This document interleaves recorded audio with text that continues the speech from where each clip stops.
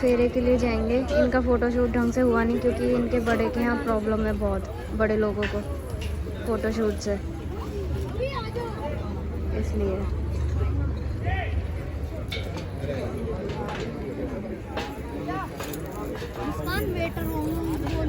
क्या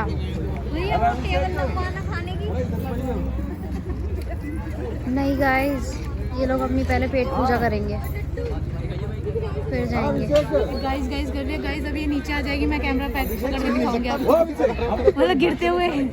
अच्छा गिराना जा रहे गाइस मुझे।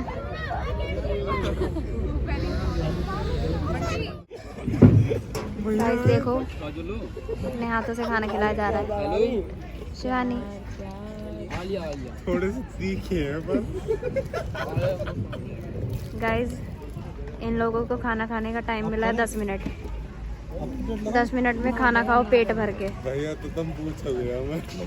पेट भरे तो ठीक, नहीं तो जितना भरा उतने में ही चल दो। तो शिवानी ओए तुझे तो खाना ही नहीं है। देखो गाइस ये भुक्कड़ बैठी है, देखो वैसे भैंस हो रही है ये।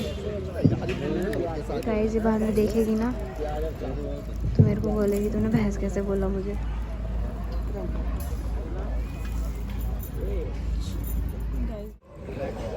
गाइस आज हमारी लाडो इसकी शादी वाले दिन 4 मंथ की हो गई, तो उसका केक कट कर रहे हैं अब हम लोग।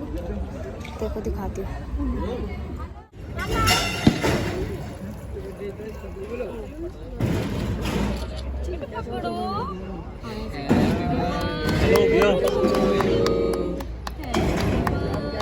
वो देख कैसे रही है, देख तो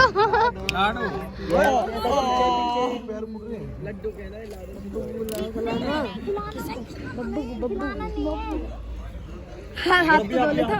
देखो गाइस ये चिल्लर पार्टी बोला गया ना भाई। गौरव भैया आप भी आ जाइए, साथ में आ जाओ, साथ में थोड़ा प्लीज भैया। गौरव भैया देखो देखो पोज दे रही है वो रोते हुए।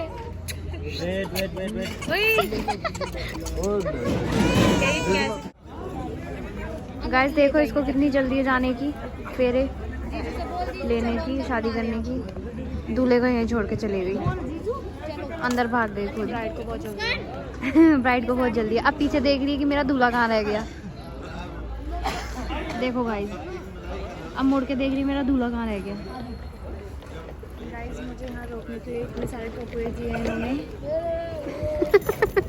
जो कि मेरे देखो एक भी नहीं आएंगे, देखो एक भी नहीं आएंगे। कहीं मिलेगा इतना।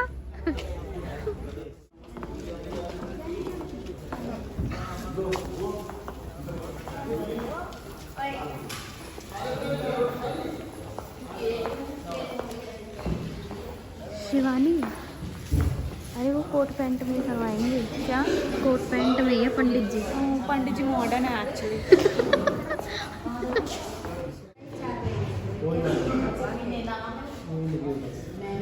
देखो भाई मेरी मम्मी कितनी प्रीटी लग रही है। केक नहीं रखते। गाइस देखो इसको दिख गया गद्दा, अब ये सोने जा रही है।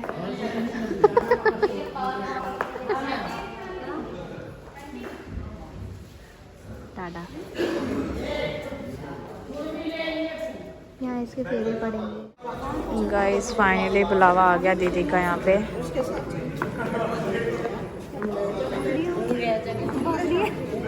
अब फेरे वेरे होंगे।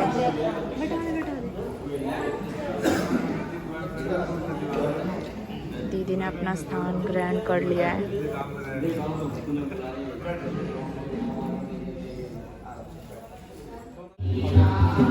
गाइस ये सर पे मुकुट सा लगाया है दीदी के। गाइस फाइनली कन्यादान शुरू हो चुका है। टाइम भी बता दूँ मैं आपको, 3 बज चुके हैं, मतलब बजने वाला है।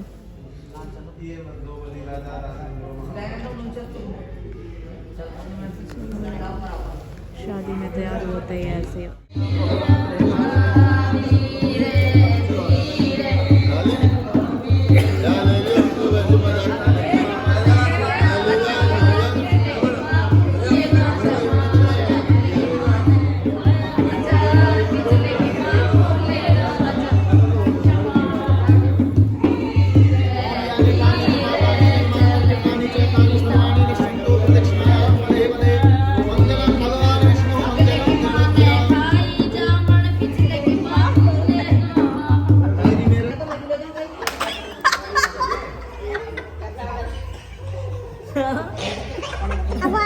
अब इस बार क्या करना है, लाल आ गया ओके, इसमें जितना भी हो सके लाल मतलब दिया।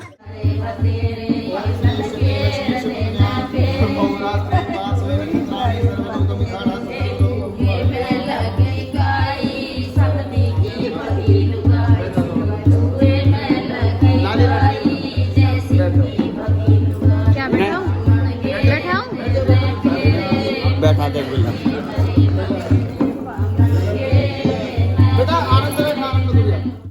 मेरा आप सभी से करवत निवेदन कि सभी वचनों को ध्यान से सुने, क्योंकि जिनकी शादी को काफी वर्ष हो चुके हैं वो भूल गए, उनके दोबारा से ताजा हो जाएंगे, और जिनकी होने वाली है इन फ्यूचर उनके काम आएंगे आगे। क्यों जी? मैं तो याद ही ना। याद ना, जब भी तो बता रहा हूँ, ध्यान सुन लो बेटा। इनके पास सीधा हाथ के उड़ गो। कन्या वर महोदय से पहले वचन में कहती है, यदि यज्ञम कुर्यात अस्मिन् मम सम्मति गृह्णात्। आज के बाद आप कोई भी किसी भी प्रकार का यज्ञ करेंगे तो शिवानी जी आपसे विनय जी कह रही कि आपको उसमें हमारी सहमति लेनी पड़ेगी। ठीक नहीं करा, ठीक है भाई, लड़का समझदार है, वो बाद में कहेंगे अपनी तरीका से हम। सही है और क्या, सीधा हाथ अपनी तरफ करके बोलते रहो ओम स्वस्ति। हाँ, बाद में बताएंगे ओम स्वस्ति का मतलब जब सातों पूरे हो जाएंगे। कन्या दूसरे वचन में वर महोदय से कहती है कि यदि दानम कुर्यात अस्मिन् मम सम्मति गृह्णात्। आज के बाद कोई भी किसी भी प्रकार का यदि आप दान पुण्य करते हैं तो कन्या आपसे कहती है, शिवानी जी आपसे बोल रही हैं कि विनय जी आपको उसमें मेरी सलाह लेनी पड़ेगी। बोलो ओम स्वस्ति। तीसरे वचन में कन्या वर महोदय से कहती है, धन आधि गोपनीयम मम सम्मति गृह्णात्। आपके पास कितना धन संपत्ति है, यानी कहने का तात्पर्य ये है, आज की भाषा में समझाऊं तो भैया शिवानी जी आपसे पूछ रहे हैं कि आपका कौन से बैंक में अकाउंट है, हम कितना बैलेंस है, जैसा बालक समझ जाए वैसे समझाने चाहिए। तो कहने का मतलब ये है तीसरे वचन में कि आपके पास कितनी संपत्ति है उसका भलीपूर्व से कन्या को जानकारी होनी चाहिए। चौथे वचन में कन्या वर महोदय से कहती है कि तिर अवस्थाम मम पाल्यम कुर्यात्। भैया हमारे जीवन की 3 अवस्थाएं होती हैं विनय। सबसे पहली अवस्था होती है बाल अवस्था, दूसरी अवस्था होती है युवा अवस्था, और तीसरी अवस्था होती है वृद्ध अवस्था। कन्या आपसे कह रही है शिवानी कि विनय जी मेरी बाल अवस्था मेरे पिता के यहाँ व्यतीत हो चुकी है, आपको मेरी युवावस्था और वृद्ध अवस्था का भली प्रकार से ख्याल रखना पड़ेगा। बोलो ओम स्वस्ति। पांचवें वचन में कन्या वर महोदय से कहती है, गौ आदि पशुम क्रियम विक्रियम मम सम्मति गृह्णात्। आज के बाद आप कोई भी वस्तु खरीदते हो या फिर बेचते हो तो कन्या आपसे कहती है कि विनय जी आपको उसमें भी मेरी सलाह लेनी पड़ेगी, भाई लेनी है या नहीं लेनी, घाटे की नफा की सब चीज की पता चलना पड़ेगा भैया सब किताब। हंसे मत, बोलो ओम स्वस्ति। हाँ। छठे वचन में कन्या वर महोदय से कहती है कि षड ऋतुषु मम पालनम कुर्यात्। भारतवर्ष में 6 प्रकार की ऋतु होती हैं भैया। ऋतु मतलब वेदर, मौसम 6 प्रकार का। जैसे कि शरद ऋतु चल रही है ना, ठंडी का मौसम है, फिर आएगी अपना ग्रीष्म ऋतु, पतझड़ है ना, और शिशिर, वर्षा ऋतु। इस प्रकार 6 ऋतु होती है, 2-2 महीने की एक ऋतु होती है।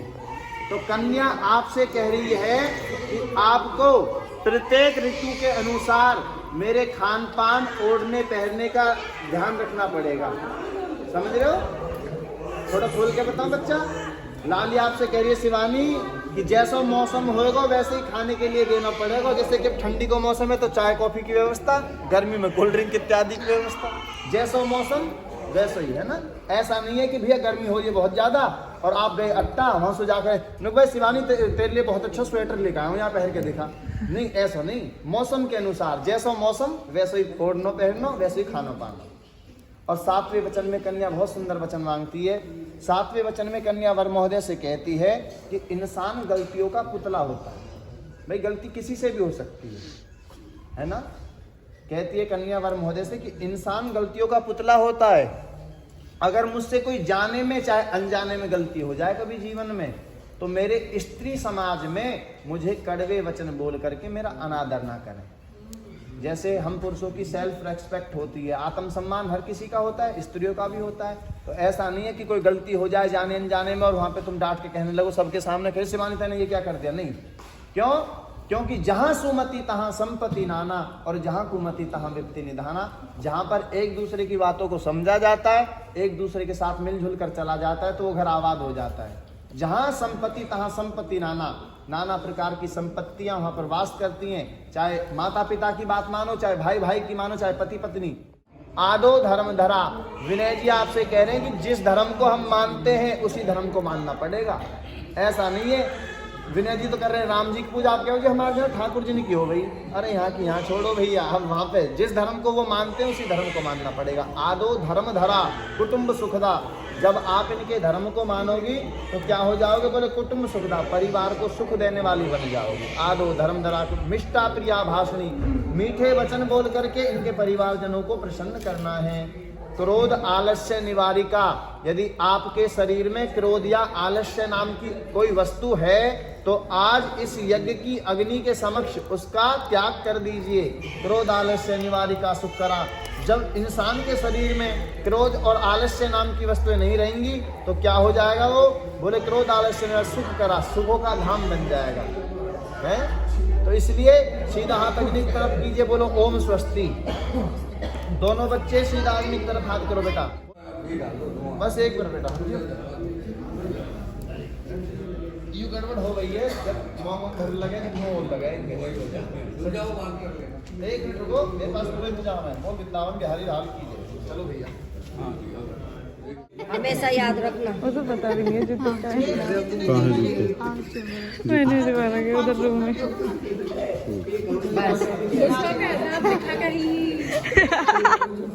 इतना ज्यादा नहीं हंसना था ब्रो।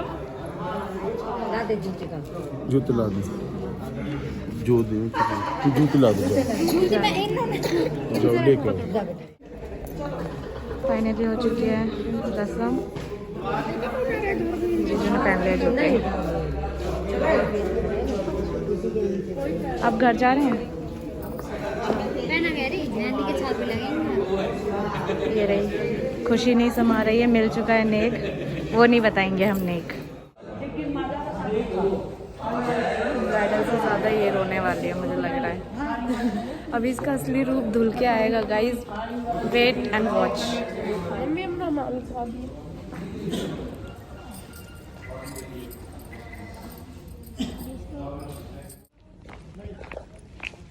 गाइस अब हम लोग उसको घर लेके आए हैं क्योंकि हम लोग घर से विदा करेंगे उसको। उसने बोला था कि घर से विदा होंगे तो उसको घर लेके आए हैं।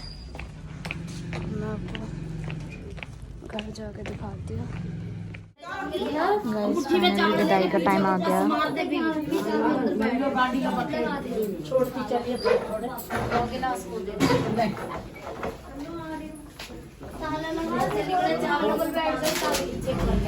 ताला मत लगा भाई, जहाँ ताला मत लगा।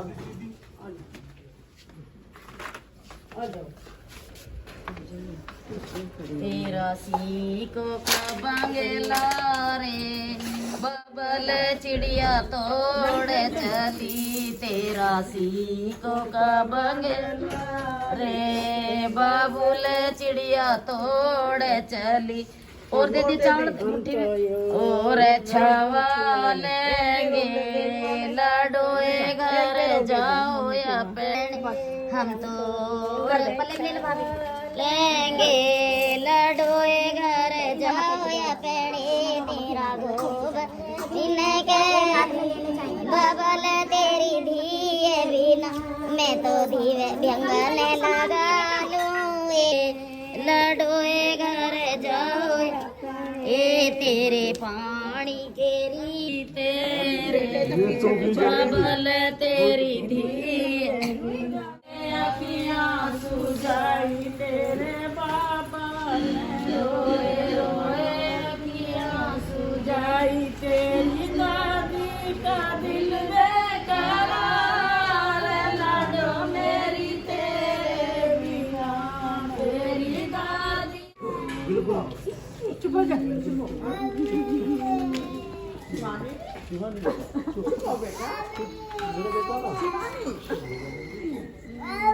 जा।